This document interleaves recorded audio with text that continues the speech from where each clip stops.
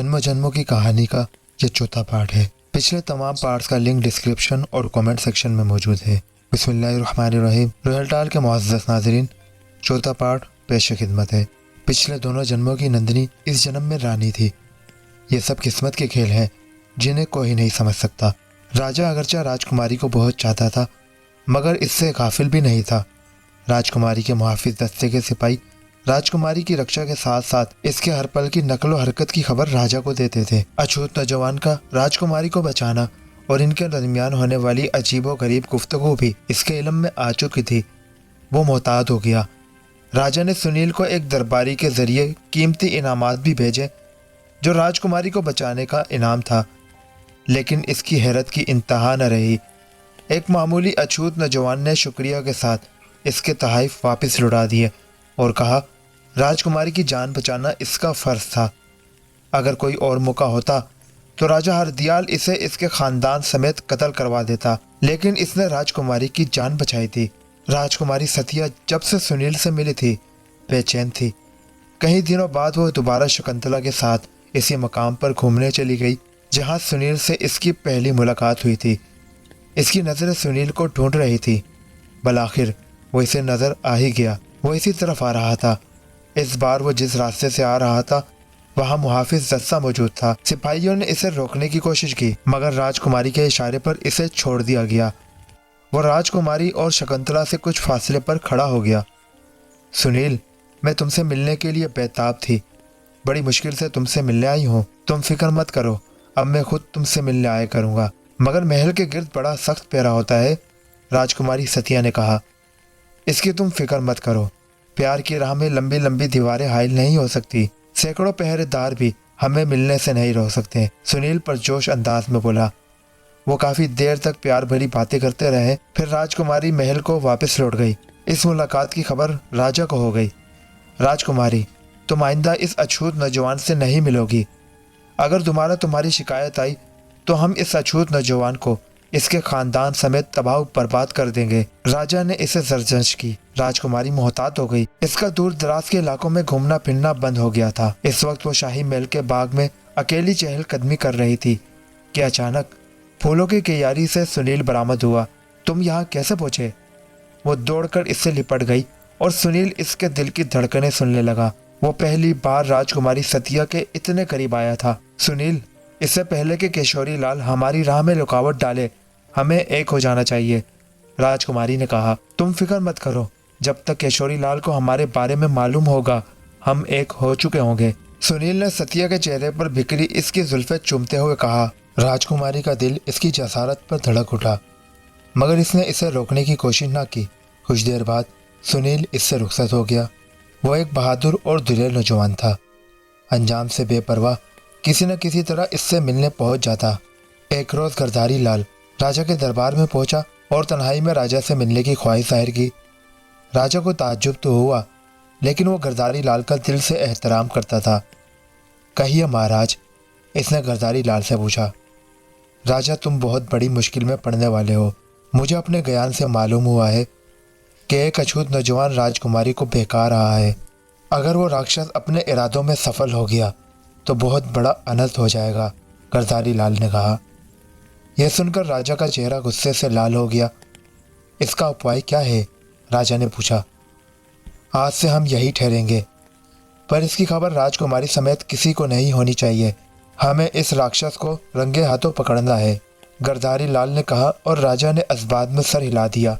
गर्दारी लाल को महल के एक कमरे में ठहराया गया। एक दरबान इसके दरवाजे पर तैनात कर दिया गया, जिसे राजा ने हुक्म दिया कि अगर गर्दारी लाल कुछ कहे तो राजा को इतला कर दी जाए। तीसरे रोज दरबान ने आधी रात के करीब राजा के दरवाजे पर दस्तक दी। वो मुहाफिज दस्ते और गर्दारी लाल के साथ बाग में पहुंचे तो सुनील और राजकुमारी सतिया वहां मौजूद प्यार भरी बातें कर रहे थे। सुनील का सर राजकुमारी की आगोश में था। राजा गुस्से में आ गया। सुनील को गिरफ्तार कर लिया गया, जबकि राजकुमारी को एक कमरे में बंद कर दिया गया। इसी रोज रात को गर्दारी लाल के मशवरे पर सुनील और इसके खानदान को राजा के सिपाहियों ने कत्ल कर दिया। राजकुमारी ये खबर सुनते ही पागल सी हो गई। इसका खाना पीना सब छूट गया। इसे बड़े बड़े वेदों को दिखाया गया, मगर वो सुनील के गम में सूख कर कांटा हो गई। बल आखिर एक रोज इसका भी देहांत हो गया। यूं तीसरे जन्म में भी नंदिनी और आकाश एक ना हो सके। सदियों बाद इस देश पर राजा प्रदीप हुक्मरान था। इसकी उम्र महज 20 साल थी। इसके पिता राजा अमित चंद माह पहले हैजे की बीमारी से देहांत कर गए थे। राजा प्रदीप इसका अकलौता बेटा था, इसलिए इस मुल्क के तख्तो ताज का मालिक था। वो एक खूबरू और बहादुर नौजवान होने के साथ साथ रहम दिल भी था। इसकी इंसाफ फरोरी की वजह से रियाया इसे चाहने लगी थी। गोया इसके दौरे हुकूमत में शेर और बकरी एक ही घाट पर पानी पीते थे। राजा प्रदीप शिकार का शौकीन था। अक्सर शिकार की गर्ज से देश के जंगलात में चला जाता। इस रोज भी वो शिकार की गर्ज से अपने साथियों के साथ इस जंगल में आया हुआ था कि एक हिरन का पीछा करते हुए अपने लश्कर से बहुत आगे निकल गया। हिरन काफी तेज तर्रार था। वो चौकड़ियां भरता हुआ भागता रहा, लेकिन राजा के हाथ ना आया। राजा हिरन के पीछे घोड़ा दौड़ाता रहा। बलाखिर हिरन इसे चकमा देकर घने जंगलों में गायब हो गया। तब राजा प्रदीप को एहसास हुआ कि वो हिरन के चक्कर में अपने लश्कर से बिछड़कर काफी आगे आ चुका है। वो इस बियाबाने जंगल में तन्हा था और इसे प्यास भी लग रही थी। वो घोड़े को दौड़ाते हुए आगे बढ़ा। इसे चंद झोपड़ियों पर मुश्तमिल एक छोटी सी झोपड़ी दिखाई दी। वो एक झोपड़ी के करीब पहुंचा और आवाज लगाई। अंदर से एक कमजोर सा बूढ़ा निकला। फटे पुराने कपड़े इसकी गुर्बत की हालत जार बयान कर रहे थे। मैं रास्ता भटक चुका हूँ और मुझे प्यास लग रही है। राजा ने अपना मुद्दा बयान किया। बेटा, यह गरीब की कुटिया है, तुम्हारे लायक तो नहीं, लेकिन जिस कदर हो सका तुम्हारी सेवा करूंगा। बूढ़ा इसके कीमती लिबास को देखते हुए बोला। वह एक दरख्त से घोड़ा बांधकर बूढ़े के हमरा झोपड़ी में दाखिल हुआ। अंदर पुरानी सी चटाई पर एक खूबसूरत लड़की थी। वो इस कदर हसीन थी कि प्रदीप बेखुद होकर इसे देखता रहा। लड़की इसे देखकर मुस्कुराई और उठकर खड़ी हो गई। बेटा, तुम हुलिये से किसी बड़े घर के दिखाई देते हो। ये जगह तुम्हारे बैठने के लायक तो नहीं, लेकिन क्या किया जाए, मजबूरी है। बूढ़ा बेचारगी से बोला। आप मुझे शर्मिंदा कर रहे हैं।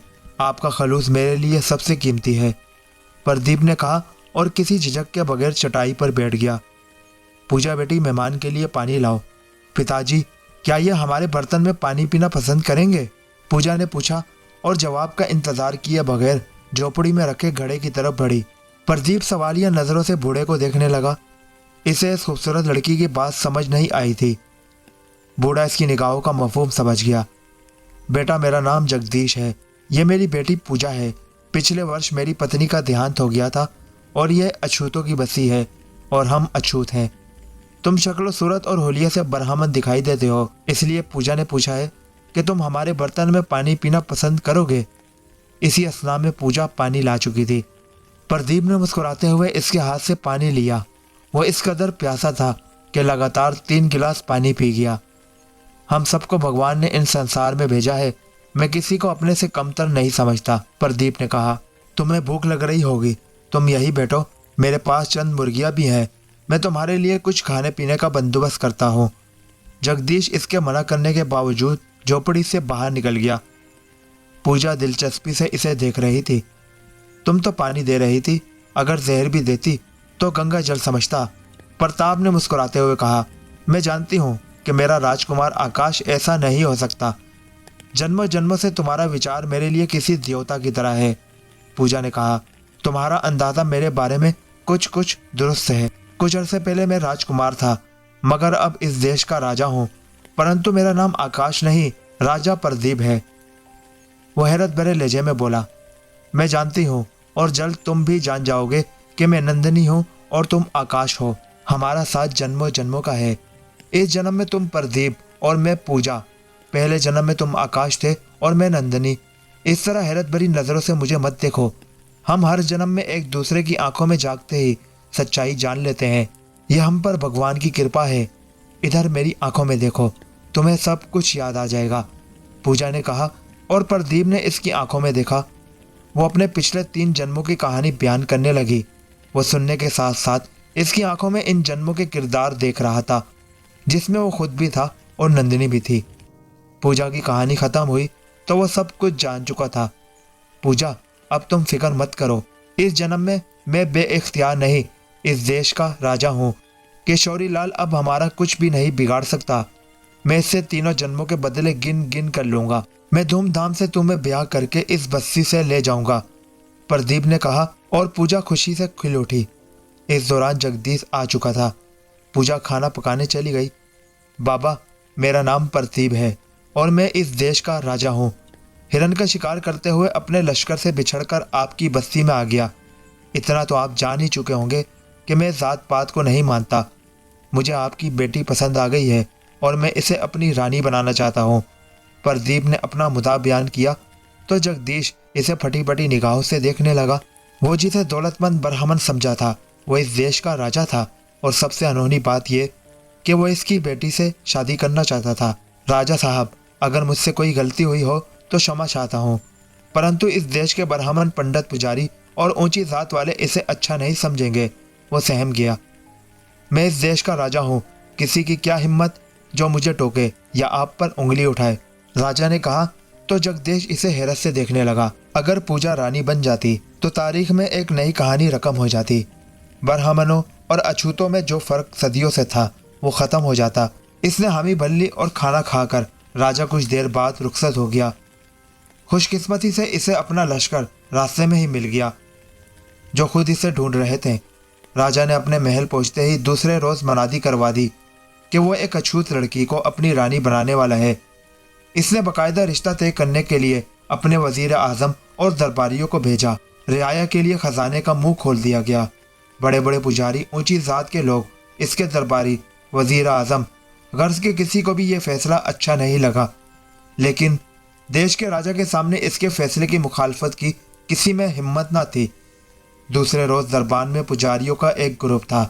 महापुजारी गणेश महाराज इनकी क़ियादत कर रहा था।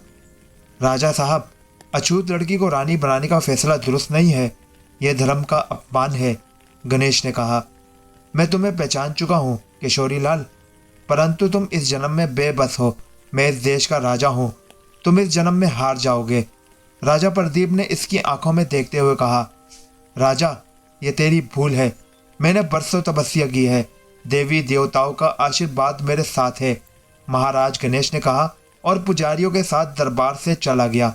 महाराज गणेश की शर्मंगेजी के नतीजे में देश भर के पंडित और पुजारी राजा के खिलाफ उठ खड़े हुए।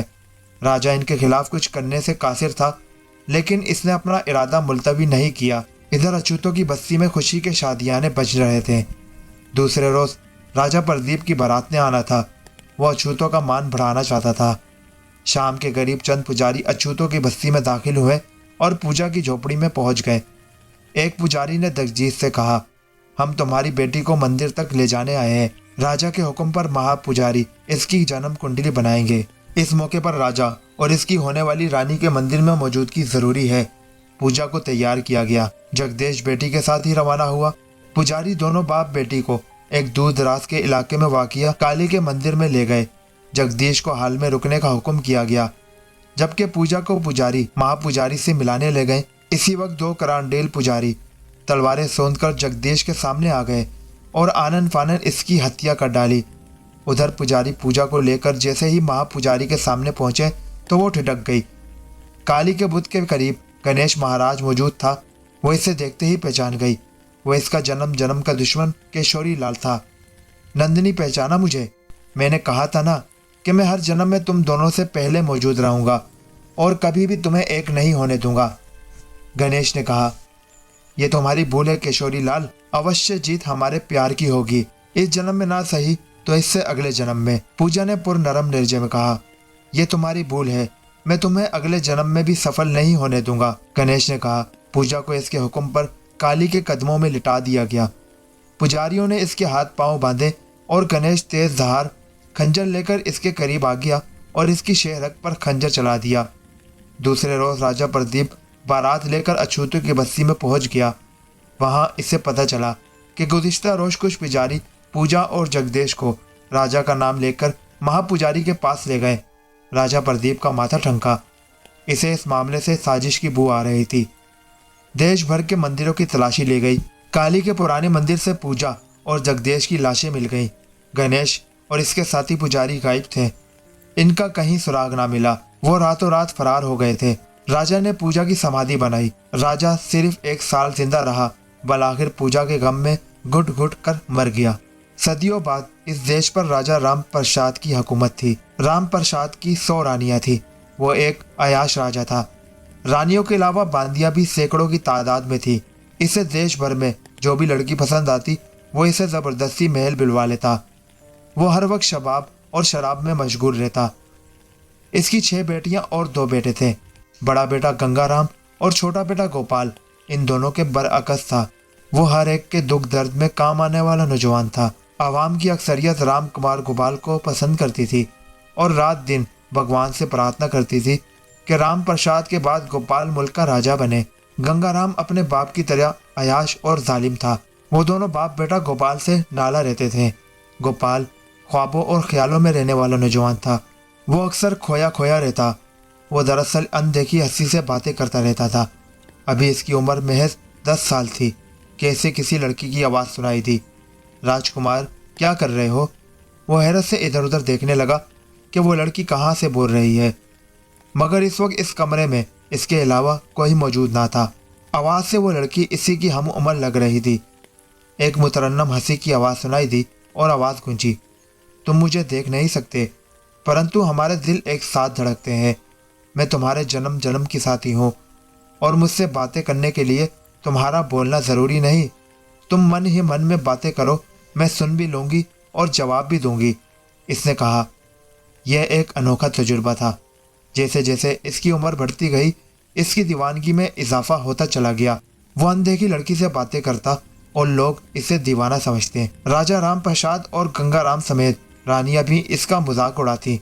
वो लड़की इसे जन्म जन्म की कहानी सुना चुकी थी। अब वो जवान हो चुका था।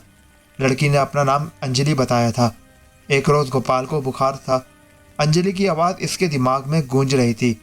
गोपाल ने इसे बताया कि इसे बुखार है। तब अंजलि ने कहा कि इसे भी बुखार है। एक रोज इसे पाँव में चोट लगी तो अंजलि ने इसे बताया कि इसे भी चोट लगी है। तब इस पर यह हैरत अंगेज इंकशाफ हुआ कि इनका दुख दर्द और तकलीफ मुश्तरक है। इन दोनों के दरमियान एक किस्म का टेलीपैथी किस्म का राब्ता था। बाज़ औक़ात खुद गोपाल को भी यह गुमान होता था कि अंजलि का वजूद इसके जहन की पैदावार है। एक रोज़ वो तनहा घूमता फिरता एक वीरान इलाके में जा पहुंचा। इसे एक समाधि दिखाई दी। इसके कदम बेख्तियार समाधि की तरफ बढ़ने लगे कि अचानक इसे एक मुतरन्नम हंसी की आवाज़ सुनाई दी। इसने आवाज़ की सिमत देखा। इसे एक खूबसूरत लड़की दिखाई दी। कौन हो तुम? इसने लड़की के करीब पहुंचकर पूछा। मुझे नहीं पहचाना? रोज़ ही तो मुझसे बातें करते हो। लड़की की आवाज़ सुनकर वो चौंक पड़ा। यह वही आवाज़ थी जो वो बरसों से सुनता चला आ रहा था। इधर मेरी आंखों में देखो, अंजलि ने कहा तो वो इसकी आंखों में झांकने लगा। चारों जन्मों की कहानी इसे अंजलि की आंखों में दिखाई दी। वो ये कहानी थी जिसे अब तक अंजलि इसे सुनाती चली आई थी। ये भगवान की इन दोनों पर कृपा थी कि वो हर जन्म में ये कहानी एक दूसरे की आंखों में पढ़ लेते थे। अंजलि अपने जन्म जन्म की कहानी दोहरा चुकी थी। महाराज केशोरी लाल इस जन्म में कहाँ होंगे? राजकुमार गोपाल ने पूछा। वो जहाँ कहीं भी होंगे, पर जीत हमारी ही होगी, अंजलि बोली। इनके दरमियान मेल मुलाकातें बढ़ने लगी। वो आँख खुलते ही महल से निकल जाता और अंजलि से मिलने चला जाता। राजा राम प्रसाद वैसे भी इससे नाला था। इसने इस पर रोक टोक की। एक रोज गोपाल ने अंजलि से कहा कि कल वो इसे मंदिर ले जाएगा जहां इन दोनों की शादी होगी, मगर इस जन्म में भी इनका मिलन मुमकिन ना था। किशोरी लाल, जो इस जन्म में दयाल शंकर था, वो अपने पुजारियों के साथ अछूतों की बस्ती में पहुंचा। राजा के बहुत से सिपाही भी इसके साथ थे। अंजलि को जिंदा जला दिया गया। अछूतों की बस्ती को आग लगा दी गई। राजकुमार गोपाल ने खबर सुनते ही आत्महत्या कर ली। यह था आज की कहानी का चौथा पार्ट। आगे क्या होगा? नंदिनी और आकाश एक हो पाएंगे या नहीं, यह आगे की किस्त में जानेंगे। जिंदा आत्मा के अगले पार्ट के साथ मुलाकात होगी। अल्लाह हाफिज। पाकिस्तान जिंदाबाद।